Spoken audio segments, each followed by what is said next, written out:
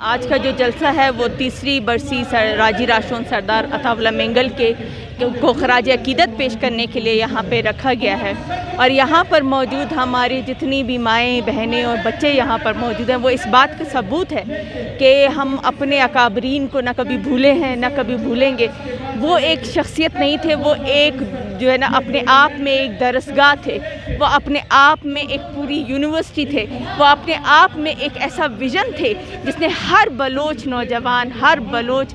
بلوچستانی، میں تو کہوں گی ہر بلوچستانی، چاہے وہ کسی بھی قوم سے، کسی بھی رنگ سے، کسی بھی نسل سے ان کا تعلق ہو، ان کو انہوں نے ایک ویژن دیا کہ آپ نے ظلم کے خلاف کھڑے ہونا ہے، آپ نے اپنے حق کے لیے بولنا ہے، آپ نے اپنے حقوق کو جاننا ہے، کیونکہ آج کل یہاں پر ہمیں یہ نہیں سمجھایا جاتا کہ ہمارا حق کیا ہے۔ تو وہ سردار تھے جنہوں نے حق اور حقوق کی بات کی۔ وہ نام ہے، وہ پہچان ہے بلوچستان کا، جہاں پر ہم اگر بلوچستان کی ہسٹری کا نام لیں اور اس میں اگر سردار عطا اللہ مینگل کا نام نہ ہو تو میرے خیال سے وہ ہسٹری نامکمل ہے، یہ بلوچستان کی دھرتی نامکمل ہے، کیونکہ اس لمحہ وطن کے لیے جو انہوں نے اپنی قربانیاں دی، جو قید و بند کاٹے، جو اذیتیں کاٹی، انہوں نے اپنی اولاد کی قربانی دی۔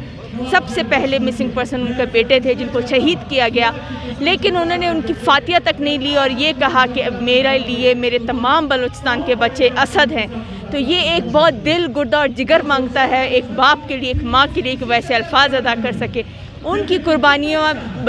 بیرار نہیں جائیں گی، اور جس طرح سے انہوں نے ہمارے بلوچستانیوں میں ایک ویژن اور مشن دیا ہے اس پر ہم قائم ہیں، اور ہم اپنے لوگوں کو دکھانا چاہتے ہیں کہ وہ اکابرین نے جو ہمارے لیے قربانیاں دی وہ ہمارے اب بھی ہم میں زندہ ہیں، وہ ہمارے دلوں میں ہیں۔ سردار عطا اللہ مینگل آج بھی ہم میں ہیں، کل بھی ہم میں تھے اور آگے بھی رہیں گے، کیونکہ نظریہ کبھی بھی نہیں مرتا، ویژن کبھی بھی نہیں مرتا۔ آج اگر وہ ہم میں نہیں ہے لیکن ان کا وہ نظریہ، وہ ویژن ہم میں ضرور زندہ ہے، اور ہم اس کو، ہم بلوچ قوم، ہم بلوچستانی قوم اس نظریے کو ہمیشہ زندہ رکھیں گے اور اسی راہ پہ چلتے رہیں گے جو راستہ انہوں نے ہمیں دکھایا ہے۔